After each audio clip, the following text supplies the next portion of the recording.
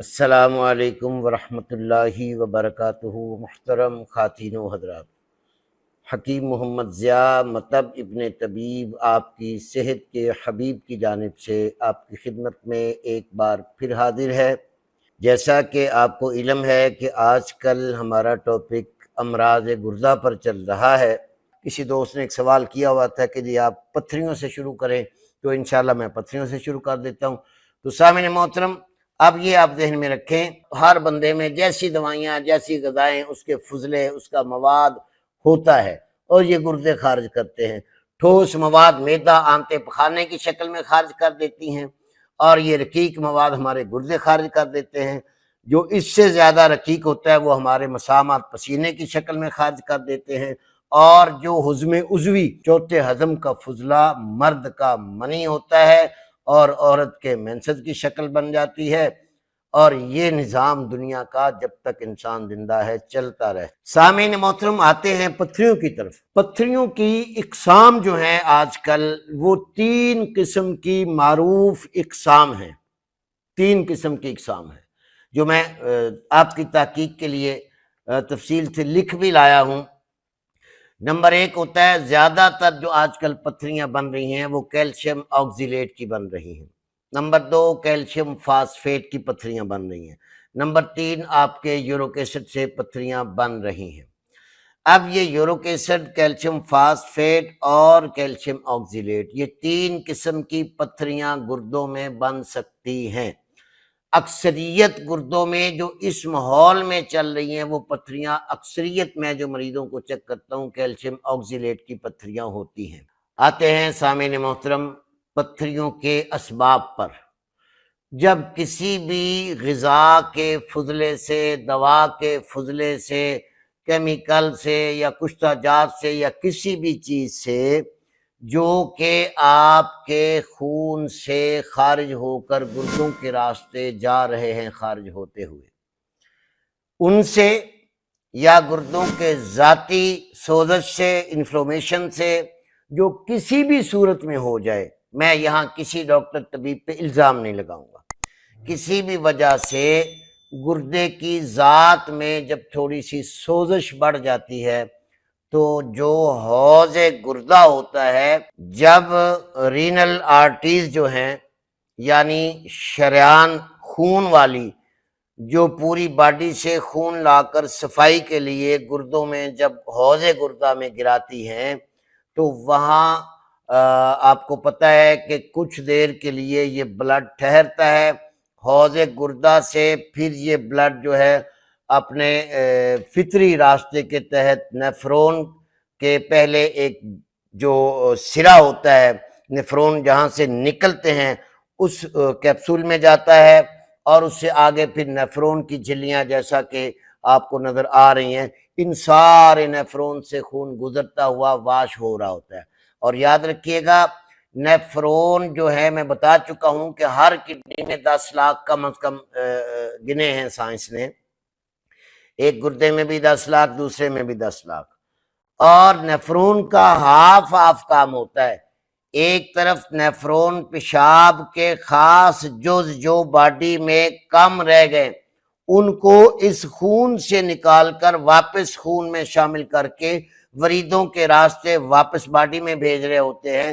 جیسا میں پچھلی ویڈیو میں ذکر کر چکا ہوں کہ نمکیات کی کمی ہے تو نمکیات پورے کرتے ہیں، کیلشیم کی کمی ہے تو کیلشیم پورا کرتے ہیں، سوڈیم کی کمی ہے سوڈیم پورا کرتے ہیں، فاسفورس کی کمی ہے وہ، یعنی تمام معدنی جتنے بھی اجزاء ہیں جسم کے لیے ضروری، ان کو پورا کرنے کے لیے باڈی خود دیکھتی ہے، قوت مدافعہ گردوں کی مدد کرتی ہے، گردے جان جاتے ہیں کہ یہ چیزیں خون میں کم ہیں، جو کم ہوتی ہیں واپس ریسلکل کر کے تو گردوں کی وریدوں کے راستے سے یہ نیفرون آدھا واپس لے جا رہا ہوتا ہے اور آدھے نیفرون ایک گردے کے ان چیزوں کو نکال رہے ہوتے ہیں۔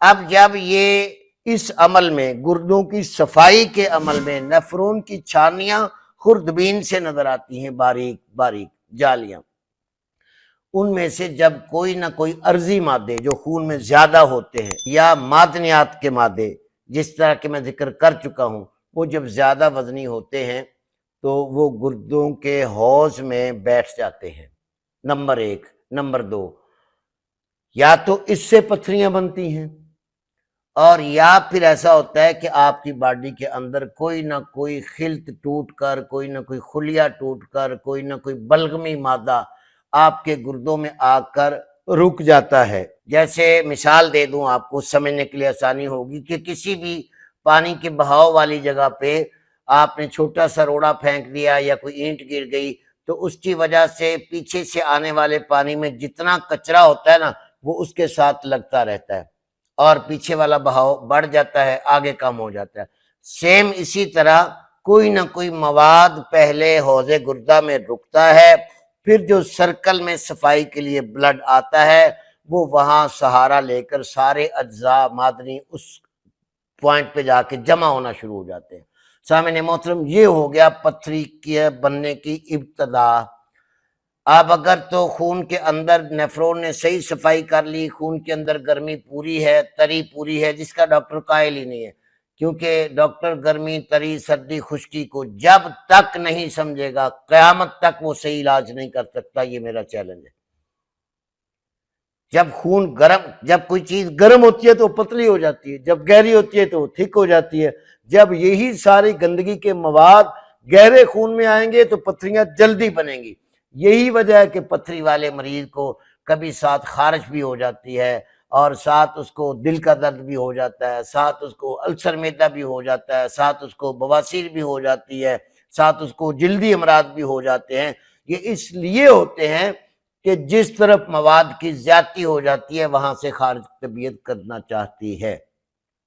اب یہ جب وہاں مواد جمع ہوتا ہوتا محترم سامعین جمع ہو جاتا ہے تو پتھریوں کی شکل بن جاتا ہے۔ تو آج کے دور میں زیادہ تر تحقیق یہ چل رہی ہے کہ کیلشیم آکزیلیٹ کی ہی پتھریاں زیادہ بنتی ہیں، کیلشیم فاسفیٹ بھی چیدہ چیدہ لوگوں میں نظر آتی ہیں، اور یورک ایسڈ کی بھی کم نظر آتی ہیں، بجائے اس کے کہ جب بندہ یورک ایسڈ کا مریض ہوتا ہے جس میں یورک ایسڈ کی پتھریاں بنتی ہیں، وہ بھی تحقیق لے لیں، وہ بھی دل کا مریض ہوگا، جوڑوں کا بھی مریض ہوگا، ای ایس آر بھی اس کا بڑا ہوگا، گوشت زیادہ کھاتا ہوگا، دالیں زیادہ کھاتا ہوگا، اور یہ ساری بلائیں زیادہ کھانے سے پتھریاں بن جاتی ہیں۔ اب کبھی کبھار تو یہ پتھریاں آہستہ آہستہ پیشاب کے پریشر سے اور حرارت گردوں سے یہ نکلتی رہتی ہے، انسان کو پتہ نہیں چلتا۔ اور کبھی ایسا ہوتا ہے کہ حوض گردہ میں یہ جمع ہوتے ایک خاص اپنا حجم کھڑا کر لیتی ہے۔ پھر یہ جب اس کی نوکیں بننا شروع ہو جاتی ہیں نا، پھر یہ جہاں بھی چبھتی ہے، خدا کی پناہ کا لینی چاہیے، میں نے مریض دیکھے تڑپتے ہوئے۔ پھر اس حالت میں جب آپ نے گردے کی پتھری اتنی بڑی کر لی کہ وہ نکل ہی نہیں سکتی، پھر میرے بھائی ہمارے ڈاکٹر بھائیوں کی مدد آپ کو لینی پڑے گی۔ پھر وہ آپ کا چیرا پھاڑا کر کے پتھری نکال دیں گے، آپ کو سکون آئے گا۔ پھر آپ کسی حکیموں کے پاس درد کی حالت میں آپ نہ جائیں۔ جب پتھری بڑی ہو گئی ہے نا، اس کے سنبے بن گئے ہیں، کیل بن گئے ہیں، وہ آپ کو مار دے گی ایک رات کی تکلیف میں، فوری آپ آپریٹ کروا لیں۔ میں حکیموں کے رائے دے رہا ہوں، کیونکہ آپ کو پتہ ہے میں ڈاکٹروں کے خلاف نہیں ہوں، ان کی تھیوری جو غلط ہے میں اس کے خلاف بولتا رہوں گا۔ اب وہ نکال دیں گے، سکون آ جائے گا۔ اگلی بات، ایک دفعہ تو ڈاکٹر صاحب نے آپ کی پتھری نکال دی، اب 2 سال بعد پتھری پھر بن جائے گی۔ کیوں؟ ڈاکٹر صاحب نے آپ کو پتھری بننے والی غذا سے نہیں روکا، ڈاکٹر صاحب نے آپ کو پرہیز نہیں بتایا، اس نے آپریشن کیا، پتھری نکالی، ٹانکے لگائے، جاؤ جو مرضی کھاؤ، 2 سال آپ کے گزریں گے پھر پتھریاں۔ یہی عمل بواسیر پہ ہوتا ہے۔ بواسیر کے ساتھ آپریشن کروا کر لوگ میرے پاس آئے، ڈاکٹر صاحبان آپریشن کر دیتے ہیں، نہ پرہیز بتاتے ہیں، نہ غذا بتاتے ہیں، ساتھ آپریشن کرا کے لوگ میرے پاس دوبارہ آئے ہیں۔ اب 10 سال ہو گئے، دوبارہ کبھی بواسیر کا نام بھی نہیں آیا۔ یہ علاج بالغذا کا ایک ایوارڈ ہے کہ جب علاج بالغذا سے آپ ٹھیک ہوں گے دوبارہ مرض نہیں لوٹے گی۔ تو سامعین محترم، اب یہ پتھریاں بڑھ جائیں تو آپ کو میں نے حل بتا دیا ہے۔ اگر معمولی ہوں، الٹرا ساؤنڈ ٹائم پہ ہو گیا ہے اور ڈاکٹر پھر بھی آپریٹ بتا رہا ہے، بالکل آپریٹ نہ کرائیں، مطلب ابن طبیب سے رابطہ کریں، آپ کی پتھریاں خارج ہو جائیں گی، اور آئندہ کے لیے غذائی چارٹ ایسا دیا جائے گا کہ آپ کو پتھریاں بنیں گی ہی نہیں۔ تو سامعین محترم، اب دیکھا آپ نے، سب سے پہلے گردے میں سوزش ہوتی ہے، سوزش کی بنا پر کوئی ٹھوس فضلہ گردے میں جمع ہوتا ہے، اور جب اس سوزش کو روکا نہ جائے تو پھر یہ التہاب بن جاتا ہے، یعنی ورم بن جاتا ہے، جسے انفلومیشن ڈاکٹر کہہ لیتے ہیں۔ اب جب انفلومیشن ہو جاتی ہے، ورم ہو جاتا ہے، تو یہ پیشاب کی صفائی کا سرکل متاثر ہو کر آپ کے گردوں میں ریشہ جمع ہو جائے، خون کے لوتھڑے جمع ہو جائے، جراثیموں کا مواد جمع ہو جائے، دوائیوں کا مواد جمع ہو جائے، کیونکہ آپ کے گردوں کا حوض کمزور ہو جاتا ہے، آپ کے نیفرون رفتہ رفتہ اس سوزش کی وجہ سے کمزوری میں آنا شروع ہو جاتے ہیں۔ یہی وجہ ہے کہ میں بارہا کہتا ہوں کہ ذرا سا بھی آپ کو تکلیف ہو تو فوری آپ اپنا چیک اپ کروائیں۔ میں نہیں خلاف رپورٹوں کے، نہیں خلاف الٹرا ساؤنڈ کے، یہ بہت ساری اللہ کی نعمتیں ہیں جو اس دور میں ڈاکٹروں کے لیے بھی فائدہ مند ثابت ہو رہی ہیں، ہمارے لیے بھی فائدہ مند ثابت ہو رہی ہیں۔ لیکن میں اختلاف اس بات کا کرتا ہوں کہ جب بغیر تحقیق کے صرف چیرا پھاڑا کر کے بندے کو بھار دیا جاتا ہے، تحقیق کی نہیں جاتی کہ یہ چیز آئی کہاں سے ہے۔ جیسے میں نے آپ کو پتھریوں کا بتا دیا، اب یہ دیکھیے، مختصر بات کر رہا ہوں، پھر آپ نے کہنا جی ویڈیو لمبی ہو جاتی ہے۔ اب یہ پتھریاں کیلشیم آکزیلیٹ وغیرہ کیسے یہ کیلشیم کی بنتی ہیں، خاص طور پر یہ جو آج کل آپ لوگ پیزا شریف کھاتے ہیں جس پہ بہت سارا چیز لگا ہوتا ہے، اگر وہ چیز اصل ہے تو بھی اس سے آپ کا کیلشیم بنے گا، اور اگر وہ نقل ہے تو آپ کی تباہی ہوگی۔ ٹھیک ہو گیا جی۔ سبز پتوں والی سبزیاں جتنی ہمارے ڈاکٹر بھائی ماشاءاللہ اندھا دھند جی سبز پتوں والی سبزیاں کھاؤ، اور یہ سبز پتوں والی سبزیاں اکثر شوگر کے مریضوں کو دے رہے ہیں جن کے ابھی گردے متاثر نہیں ہوئے، اور جن کے گردے متاثر ہیں ان کو یہ فوری روک دیتے ہیں، کیونکہ سبز پتوں والی سبزیوں کے اندر کیلشیم زیادہ ہوتا ہے، گردوں کو زیادہ متاثر کرتا ہے، گردوں کے ورق کو روک دیتا ہے۔ تو یہ ساری آپ کو وقتی طور پہ چکنائیاں بھی روکنی ہوتی ہیں کیلشیم والی، لیکن یاد رکھیے گا کسی بھی پتھری میں دیسی گھی نہیں روکنا آپ نے۔ کسی بھی پتھری میں بکری کا دودھ بوائل کر کے اس کی ملائی اتار دیں، سادہ دودھ بکری کا، اسے مزید پتلا کر کے آپ اسے جتنا مرضی پئیں، کبھی تکلیف نہیں دے گا۔ آپ اونٹنی کا دودھ اچھی طرح بوائل کر لیں، پہلا نمبر تو اس پہ بلائی آئے گی نہیں، اگر آئے تو وہ اتار دیں، وہ نمکین ہوتا ہے، وہ آپ کی پتھریوں کو مزید حرارت دے کر توڑ دیتا ہے، کھل کر پخانہ لائے گا، کھل کر پیشاب لائے گا۔ یہ ہے غذا کا علم۔ اب خالی اس میں ملٹی وٹامن دیکھ کے ہم غذائیں نہیں لکھتے، اللہ نے ہر ایک سبزی میں، ہر ایک پھل میں، ہر ایک نٹس میں اللہ نے مختلف چیزوں کے خزانے جمع کر رکھے ہیں، اور ہر ایک چیز کا مزاج ہے۔ جس مزاج کی سبزی، جس مزاج کا پھل، جس مزاج کے نٹس اور ڈرائی فروٹس آپ لیں گے، وہی مزاج آپ کی باڈی میں زور پکڑے گا، اور وہی آپ کے خون کا مزاج بنے گا، وہی آپ کے سیل کی غذا بنے گی۔ آپ جیسی غذا کھائیں گے ویسے سیل، ویسے مادہ حیات، ویسے جوہر حیات بنے گا، ویسا ہی مرکز حیات بنے گا۔